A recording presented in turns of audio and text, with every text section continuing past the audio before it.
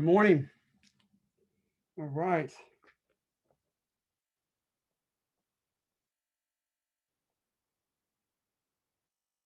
So we're going over test number 2 for History 101. All right. Beginning with the War for Independence and ending with the War of 1812. All right. Most of the test will come from, emanates from the argumentative assignments in this particular class. Okay. So I would highly recommend looking at your argumentative assignments uh, that we have done since test 1, as they will be of great help to you going into this next test. All right. So if you had a chance to take a look at the test itself, I have it online. But before we begin, are there any questions? Anything that I need to be aware of?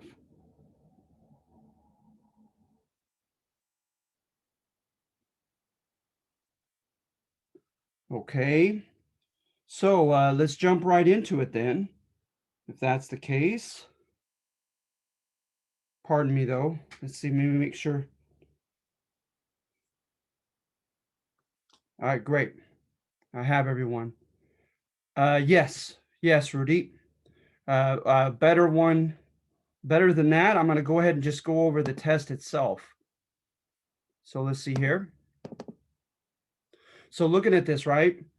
Common context to the War for Independence. Uh, I believe that despite the different historical interpretations, right? We talked about the different interpretations on that particular number. Uh, most lines of thought believe that the following are relevant in considering the surrounding situation, the surrounding context to the War for Independence. So, for one, we mentioned, and is oftentimes mentioned, demographic changes. There was a population explosion in the mid 1700s. A lot of people moving into cities like Philadelphia and Baltimore, and all the problems that arise from sudden urban growth. And then also deurbanization of people moving from the cities into the western frontiers of the states of Pennsylvania, Maryland, Virginia, New York, etc. And then that would incur problems facing representation, as oftentimes happen, right? People moving into western peripheries of states immediately wanted to be represented in their state legislator, and so they would push for that. Oftentimes they would squat upon Native Americans' land and have issues with the Native Americans, and clearly that would that helped bring about the French and Indian War, right? And so the British were so for demographic changes, the British, it gave them an incentive, right? It gave them a sense of urgency that they needed to gain better royal control of their colonies now that they had secured them by way of victory in the French and Indian War, right? Also, what seems to be relevant to this war for independence is ambiguity concerning our status. I talked about how the English Constitution does not constitute one written constitution. According to English common law, right, it goes by precedents from the past. And that is not just by the legislator or parliament, that's also by royal edicts. It's also by big court decisions, etc. Right? And so it's not clear cut. And then also, as far as those being granted the title of subjectship, uh, that was not very clear for a long time, and sometimes it ebbed and flowed and changed. And so they went by, remember the Latin terms, jus sanguinis. That it goes by the bloodline of your father, or does it go by birth, place of birth? Also, you have some colonies that were created by different kings and queens that gave more or less latitude to the people establishing them. Some explicitly stated that those within the colony would be granted the rights of Englishmen. Others did not, but felt as if it were implied. And so you have a lot of ambiguity, a lot of complexity regarding what exactly English common law and in particular, right, the the identity of the North American colonies constitutes as far as what their English rights entail. And remember, they had an argument about virtual representation because in Parliament, places like Birmingham and Manchester did not elect a single rep into Parliament, but they contended that they were virtually represented. And then in the US, right, they contended no, they want to be actually represented. And so that seems to be, relevant context. And then remember with the Native Americans, there was pressure that the Crown and Parliament felt to try to maintain peace with the Native Americans and keep American squatters off their lands. All right. So then we talked about the different theses with the War for Independence. Remember, so with number one, it's known as the salutary neglect thesis. It arguably is in vogue back in England itself. The interpretation, right, that although England did not intend per se to give us a political voice, to give us economic opportunities that were enjoyed by all Englishmen or some Englishmen back in England proper, it happened that way nevertheless because we were neglected, we were abandoned. That England had bigger fish to fry with other colonies and other domestic and internal issues in England and Europe itself. And so hence we were able to defy the mercantilist restrictions, right? Remember that state that you have to go all the way to England to get something taxed before you could even just go to the nearby um, Caribbean to have it traded, that you had to go through an English mercantile house and have them determine your prices and markets where your stuff is sold rather than you determine it yourself. And we just largely defied that, right? States Paul Johnson and also our textbook with Alan Brinkley. But it had a supposedly a salutary effect, a healthy effect on us, right? That we began to thrive and do as we wished economically. And then, as you find on number one in the handout, our assemblies in particular garnered more and more powers and privileges throughout the colonial period, as England didn't seem to have the same level of royal hegemony or domination over us that arguably Spain had over much of Latin America. And so, at any rate, right, the idea is that at the end of the French and Indian War, we were like an adolescent child, right, that had become a full age and become fully self sufficient and accustomed to doing his or her own thing. And then dad suddenly comes home from all his business trips and says there's going to be some rule enforcement now in the house. And the son or daughter says, sorry, dad, too little, too late. We're doing just fine without you. So that's known as the salutary neglect thesis, right? Then you have Bernard Bailyn's thesis that we went over, the idea that we were born, our nation was born upon um, uh, enlightened ideals. Remember, by the time of the 1740s, you had kind of an amalgamation of the French Enlightenment, the Scottish Liberal Enlightenment, the Great Awakening, um, and the Whig Party propaganda back in England itself that really kind of meshed together, right, and began forming, almost a worldview or an ideology that entailed the notion of popular sovereignty. Government exists by the permission of the people. Government is our servant and not our master. It's obligated to protect our natural rights. Among them are life, liberty, property, the right of self cultivation or the pursuit of happiness, right? Certain entitlements to certain opportunities to give our consent with legislation, in particular taxation, taking money out of our pockets, right? So all of this kind of coalesces.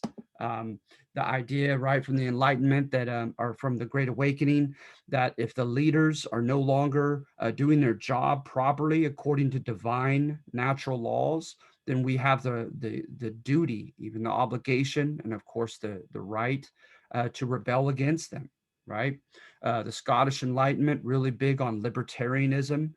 People cannot be trusted with arbitrary power to do as they please. There must be a system of checks and balances. There must be constitutional restraints on what given leaders can or cannot do. Trust in the sagacity or the common sense and wisdom of the common people, right? Um, uh, constitutional restraints, et cetera, et cetera. Okay, so all of that ties in to our war for independence, right? Because we had kind of an intellectual elite like John Dickinson, John Adams, Benjamin Franklin, Thomas Jefferson, who printed, used the printed word, right, to engage in pamphleteering, writing articles, editorials, and columns and newspapers for everyone to read, et cetera, et cetera. And so they would get through the written word, convince Americans that they were entitled to certain rights and that government ought to serve them and not lord power over them. And not to mention, right, the idea that the English Constitution, remember Cato's letters by Trenchard and Gordon back in England, where they kind of synthesized all these thoughts and writings, and they contended, right, that George III in particular, as the King of England, and his Tory party back in England were trying to undo the English Constitution, that they were taking back certain democratic advancements that had happened. They were trying to take us in a backward scale. So then you have that slippery slope argument, right? That, okay, Parliament now is declaring that they could directly tax us without our elected assemblies' permission or consent. But do they, they're doing that by way of a minor tax now, but what are they going to do tomorrow, next year? That whole slippery slope thinking. All right. So let's see here. I feel like we have basically covered um, numbers 1 through 6. Any questions so far?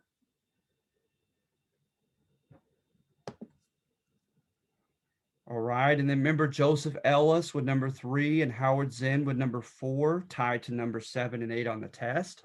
And so remember Joseph Ellis, I would say that he's somewhat you know, is mildly revisionist of George Washington, and that, remember, on number 3, he paints a portrait of a very ambitious and self-centered man who's kind of egotistically involved in his own career and his own advancements, and of course is disappointed in his advancements being thwarted, his ambitions being thwarted. But nevertheless, right, there's evidence from that book that by Joseph Ellis that it may have run a little deeper, less superficial than just George Washington being sour about not being able to advance in the English system of patronage, right? Remember patronage, it's who you know rather than what you're capable of that determines how high you go and what positions you obtain. And so with that patronage stuff, right, there's evidence from that book, quotes from Washington, that he felt like the patronage system was unfair, that it was inherently unethical, not just for himself, but for all Americans. All right. So then Howard Zinn, remember his cynical thesis, right, is that the faction of future founding fathers, when you look at the founding fathers at the Constitutional Convention, they arguably were not a microcosm or mini example of the population at large. They were largely college educated. Many of them were lawyers. The college educated and lawyers amongst the population in general was minuscule, was very tiny, right? So they saw themselves and they held themselves in such a way as they were the cream of the crop. And so, as their own unique faction, adhering to conflict history, Howard Zinn, right, contends that they selfishly manipulated this rebellion when it seemed to go into popular mode with the Stamp Act mobs, right, and riots, when people began supporting and forming a grassroots organization like the Sons of Liberty chapters, where these just regular manual laborers and urban working class men began forming these organizations literally at taverns or bars in other areas when the assemblies had been shut down by the royal governors and were existing extra legally outside the established recognized legal system. And so is there evidence that the future founding fathers felt nervous about this, right, and wanted to safeguard their own wealth against this indiscriminate attack or rebellion from the poor, and so that they hijacked the moment, right? They hijacked this rebellion. Says, Howard Zinn, and used the British as a convenient scapegoat and said, see, British, they are the source of all your ills, not us as your wealthy elected assemblymen. And so, and they used the carrot and the stick, right? To both try to force the common people to fight with and for them, and also try to induce them by offering them inducements like land, bond certificates, etc., right, for their enlistment as soldiers. So let's see here. Alan Brinkley in his thesis number 9, take a look at that. Then numbers 10 and 11 adhere to numbers 1 and 2 out of the argumentative assignment on the Confederation. So remember the first one, a very, very kind of boring historiographically, right? Not a lot of change in interpretation. Is that standard interpretation, right? That events played into the hands of the conservatives so that they could tell the liberals, right? See, I told you so. Decentralized confederacies are chaotic and don't work well effectively. And see, too much democracy, like the Greeks had written, is destructive, and that people will, engage in very rash, emotional, selfish behavior that is economically and politically destructive in the long run. And then, right, with the second one, remember Pauline Maier contends that the founding fathers there was need for pressure to be put upon the founding fathers to place that which is considered today liberal or enlightened into the Constitution, that perhaps they weren't going to do it of their own accord until there was pressure put upon them during the ratification process, right? When unelected people showed up to the ratification conventions saying, we represent this village or this city or town, and we are not okay with this Constitution unless there's a Bill of Rights or unless there's, this or that. And so, it's a very bittersweet thesis.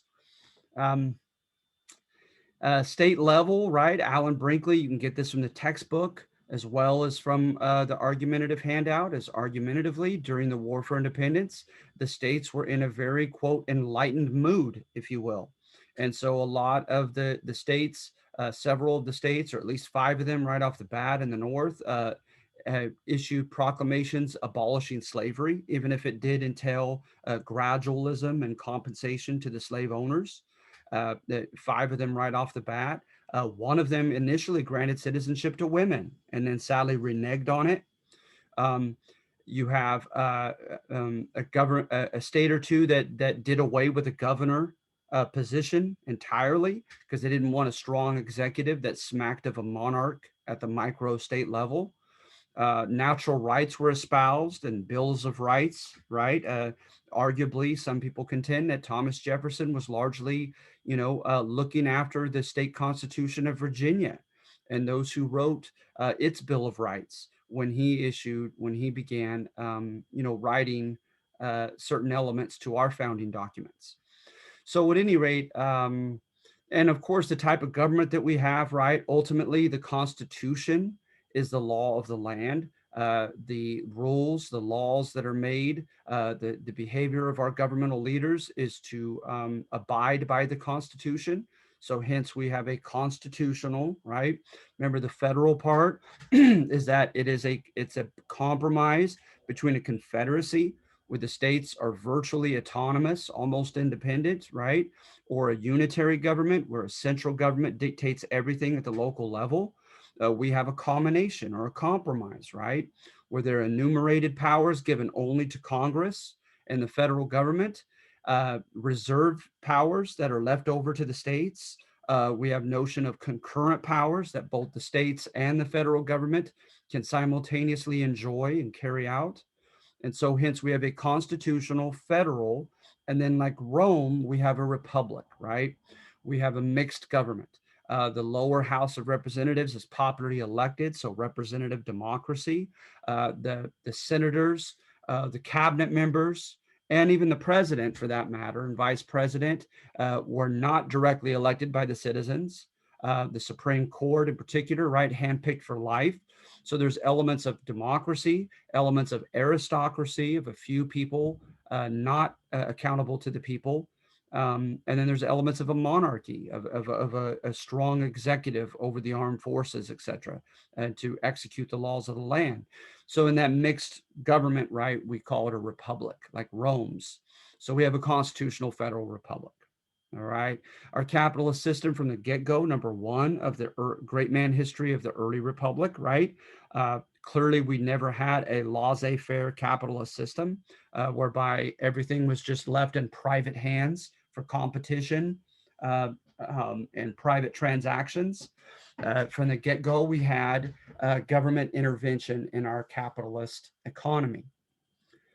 The Federalist Papers, right, constituted short essays written by John Jay, Alexander Hamilton, James Madison, right, to try to intellectually defend us going from this democratic confederation, the Articles of Confederation, to our present constitutional federal republic. They tried to philosophically, historically, logically defend and try to mitigate the fears of our liberal libertarians at that time, who were scared of creating this kind of, not so democratic, uh, relatively centralized, powerful new government. All right.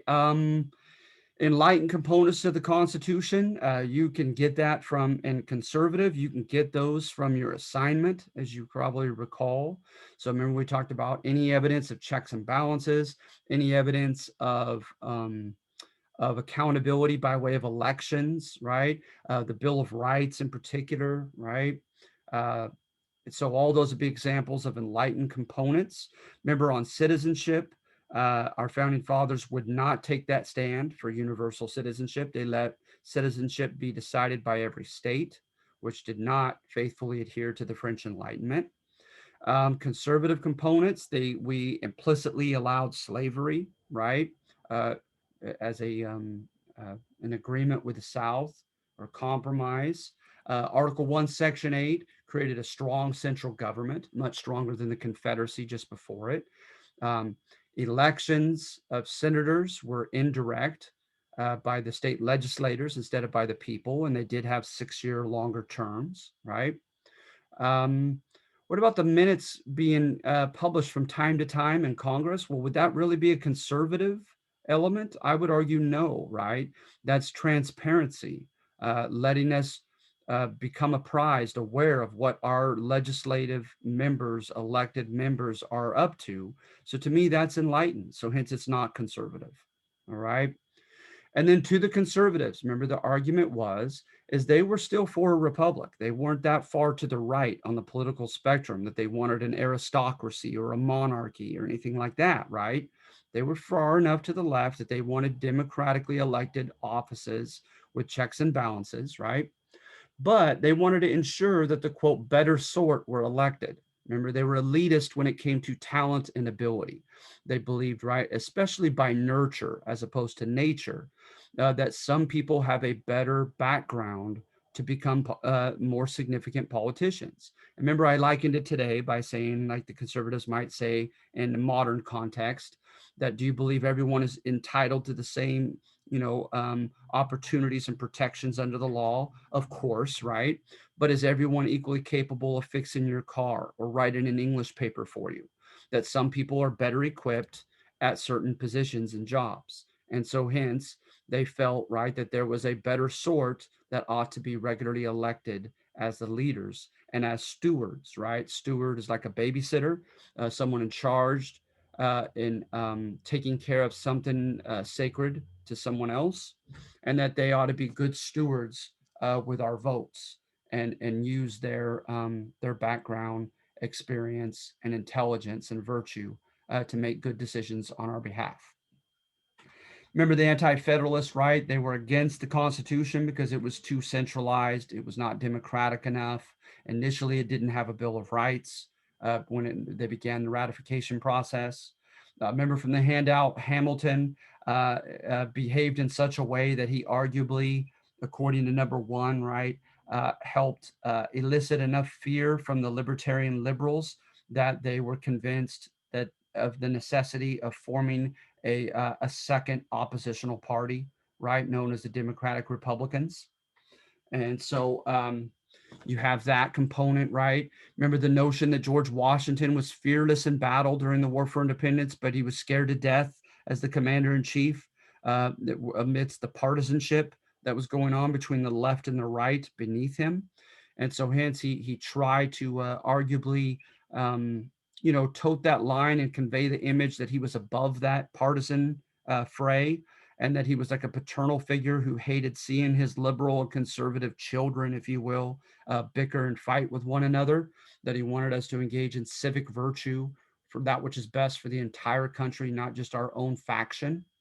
But nevertheless, by the end of his second term, according to the textbook and many historians, right, that George Washington began to convey the public image that he secretly was on the right, and he had given arguably too much latitude, too long of a leash to his Secretary of the Treasury, Alexander Hamilton. So by the end of his second term, Jefferson is going to quit as his Secretary of State and resign, etc. So at any rate, and of course, Madison is going to switch sides, right? From being like the primary writer and defender of the Constitution to joining Jefferson's Liberal Party and being concerned that the conservatives, Washington, Hamilton, John Adams, had gone too far. Okay. Number 24 adheres to number 2 in the handout, right? What was his thesis as to why John Adams was a one-term president? And remember, it's kind of court history. It says that the guy just had too independent of a mind, had too much integrity and honesty to be a typical politician. And so hence, in making his own decisions, he alienated both the left and the right. Then just a more micro question on the Alien and Sedition Act. So just be familiar with what those entailed. Just reading a couple sentences from number 2 should be able to you should be able to derive the answer to that. Okay. I want to at least leave a little bit up to your investigation. Okay. Instead of just spoon feed the entire test. Number 26 is the psychological thesis, right? Like number 3 on the early Republic handout. So remember, Hofstadter has a thesis about Jefferson, his upbringing with his mom and dad, right? And how that might have involved some type of psychological compensation when he got older, and trying to convey himself and convince himself and others that he was a very unprepossessing, non-pompous man of the people, right? So it's a psychological thesis tied to his childhood. Look into that with number 3. And then number 4, right? You see ironies connected to the presidency of Thomas Jefferson, and you have some questions on that, right? So you see the irony of him writing against slavery in his notes on the state of Virginia, and initially in the Declaration of Independence, but those notes were scratched out of the latter, where he takes strong stands against slavery, but he keeps like 140 to 160 slaves during his entire life, right? And doesn't even free his own lover, Sally Hemings, at death, and continues to have a relationship and biracial children with her. Yes, he makes good on his promise to free those children, but he doesn't seem to have anything to do with them afterward, right? And they're his own children. Some paradoxes, right, when it comes to slavery. Not to mention, like with Native Americans, he believed that they were environmentally, by environmental reasons, were inferior to Euro Americans, and that hence, if they were just put in the right environment and assimilated to American culture, they could be as civilized as anybody else, right? And that adheres to the Enlightenment notions of God-given equality amongst human beings. But he didn't carry that with him when it came to African Americans and women. He had very essentialist stereotypes about both, that they were both innately, biologically inferior to men. We talked about the hypocrisy on number 4 is pretty laden with facts, right? He was a strict constructionist as a libertarian prior to becoming president, that you could only do that which is explicitly told that you can do in the Constitution, but yet he purchases the Louisiana Territory from Napoleon, right, without Napoleon's permission or without his Congress's permission. He engages in a Tripolitan or Barbary Coast War with the Tripoli Basha, right, and his Barbary Muslim pirates in North Africa, without, and tries to even have a coup attempt to have one brother, Yusuf, overthrown by his brother Ahmed, who promised to not engage in piracy in his brother's place, all without congressional consent. Well, where in the Constitution does it state he can do those things, right? He allowed Hamilton's system to prevail. And when you would have thought prior to becoming president that he would have killed Hamilton's system of his national bank, subsidies to big businesses, right? Import tariffs, protecting manufacturers, and all that. But he let it remain. And remember, the simplistic thesis in your textbook, as well as on number 4, is that Jefferson is depicted as a very non-confrontational, even timid man, um, psychologically, and his personality, and that supposedly he came to believe that there were all these forces beyond his control when he became president, and it was as if fighting against the ocean waves that he was bound to lose. So why even make the fight? Why even make the struggle? So hence, just go with these inevitable changes and circumstances, right? And become, instead of an idealist that he was kind of known to be, right, someone who wanted to improve and change the world, rather turn into a pragmatist, a practical guy, who had to make decisions of practicality and deciding on the lesser evil in every given situation, right? And in particular, right, the whole idea of the ends justifying the means, especially when it came to his decisions about the Louisiana Purchase, etc. All right. So all of those are found in the book and in your handout. All right. Um, let's see here. The War of 1812. Remember the supposedly, right, where the two reasons for which we fought were British violations of our international rights on the high seas, and them fomenting rebellion amongst our Native Americans. But of course, it's the British, right, and not the French. All right, little silly switch I put in there. Um, Regarding the Canadian invasion, as you saw from the video, see how that goes. Of course, not well. Um, the Red Sticks, by and large, did resent intrusion by American squatters onto their lands, right, in the Ohio Valley and present day Mississippi and Alabama, known as Western Florida at that time. And yeah, goodness. And then, you could make the argument from the video that the fighting was more intense in the South and not less so. All right. With the Red Sticks, the Native Americans who chose to fight with the British. So basically, are there any questions, you guys, regarding this second test that I need you to submit by Sunday night? Will you be posting this video today? Yes. Yes. Yeah, I'll be happy to. I have a question. Sure. Does it do? Go ahead, Josh. I lost you.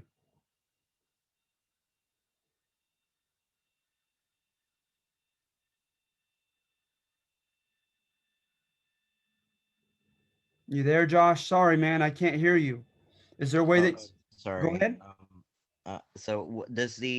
Does the argument reflect all parts of all sections of each argument, or just one specific section of each?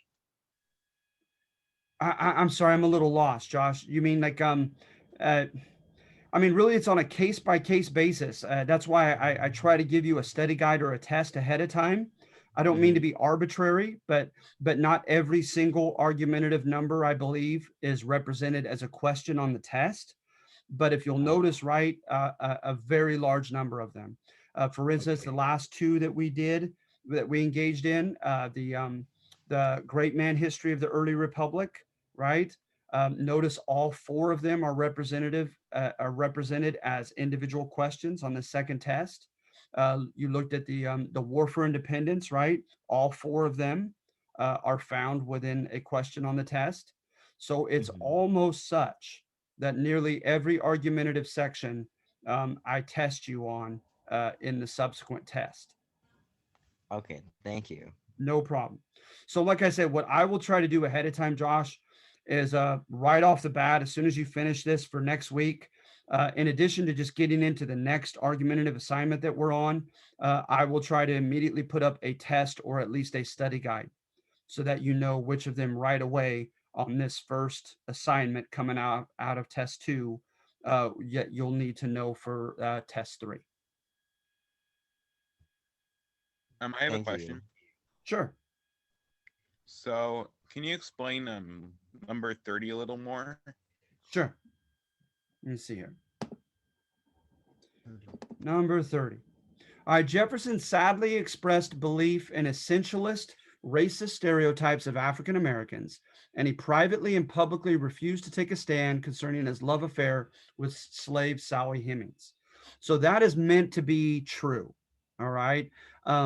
So, like I said, it would be in line with his beliefs that he contended that informed his worldview, and that is mainly the French Enlightenment. If he were to have believed at that time period, right, we could cut him some slack. If he believed that African Americans were inferior, right, but only because of historical circumstances, right? But if put in the right environment, they could become, quote, as civilized as anybody else, any other demographic.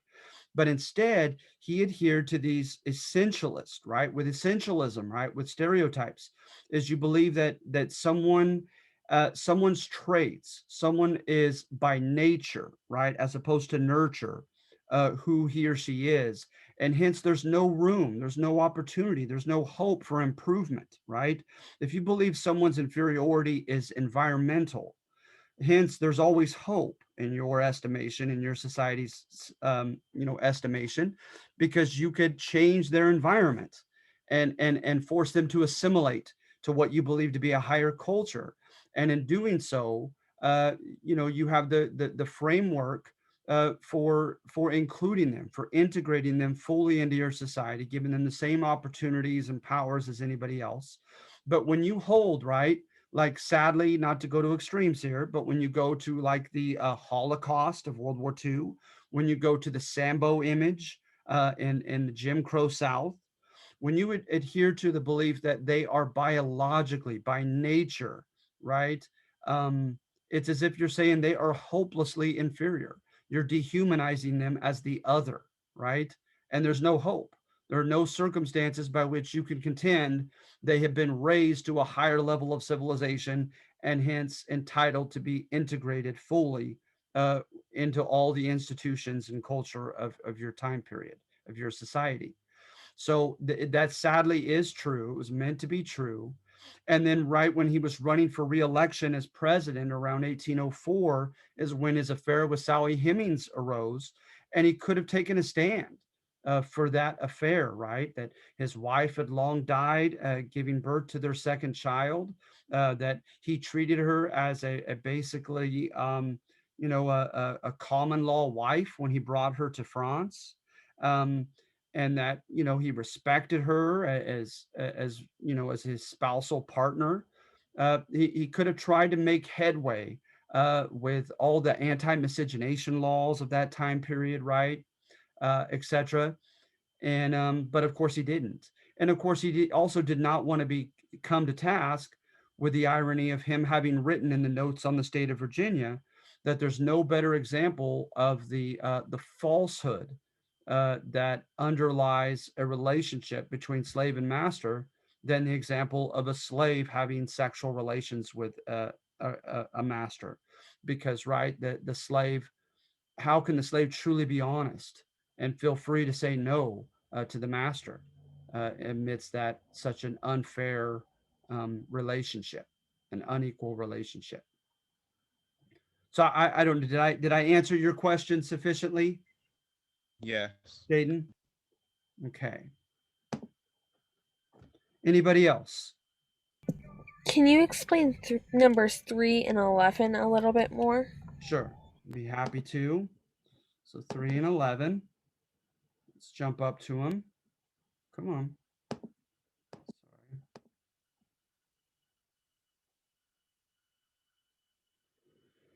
So number 3, right, Bernard Balin is I intended for you to look to is take a look at B, right? He focuses upon the founding fathers' connection to intellectual philosophical movements, right? And we mentioned the Scottish and English liberal tradition, radical tradition, Hoadley, um, Trenchard and Gordon, and these other writers, um, and the French Enlightenment, the Great Awakening, right? And sources in their time, as well as their ability to teach and convince common colonists that they ought to demand that the English government recognize those principles in their colonial policies. So hence, right, Bernard Balin and his good old-fashioned court interpretation is that we had a bona fide intellectual revolution, that the average person, as well as our intellectual leaders, right, like Benjamin Franklin and others, had become enlightened by the end of the 1770s, and had fully come to expect the British government to grant us enlightened oriented rights. Okay. Okay. And then number 11, like I mentioned, that is tied to number 2 of the Articles of Confederation, also called Drifting Toward a Republic assignment, just after the War for Independence assignment. And number 11 was intended to be true as well, right?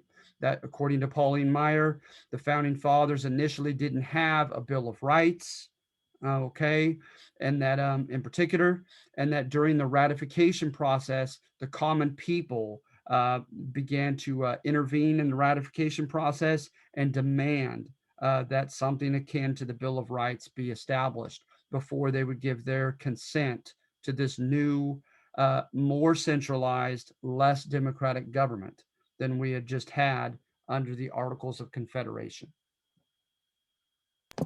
Thank you. You're very welcome. All right. Anyone else?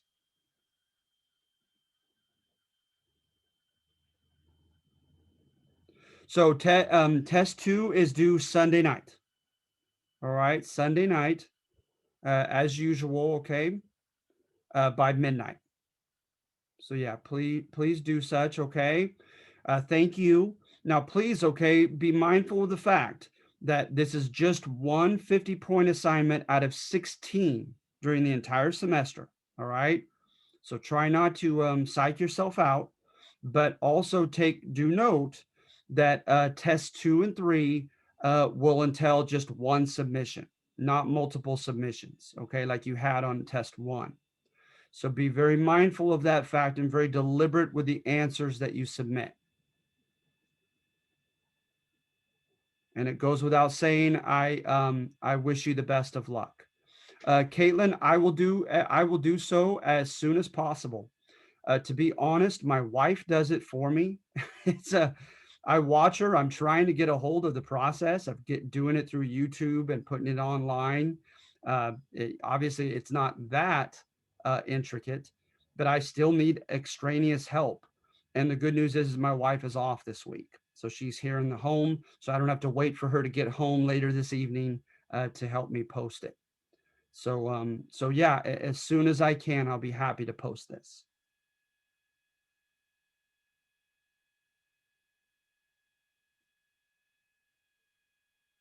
All right, so I appreciate your guys' participation. You'll get points for this added to your test score. If there are no further questions, I'm going to go ahead and call it a day, okay? Put this up today as soon as I can. Thank you. And like I said, especially with one submission, I truly wish you the best, okay? And I hope you guys do well. But again, remember, this is one of 16 assignments worth 50 points.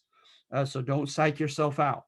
Just simply do your best and it'll go fine, especially as you're doing so well on your assignments. All right. So thank you and have a good week, okay? Thank you. Thank you. Thank you. Have a good one. Okay. Bye, Jaden. Bye, Claire.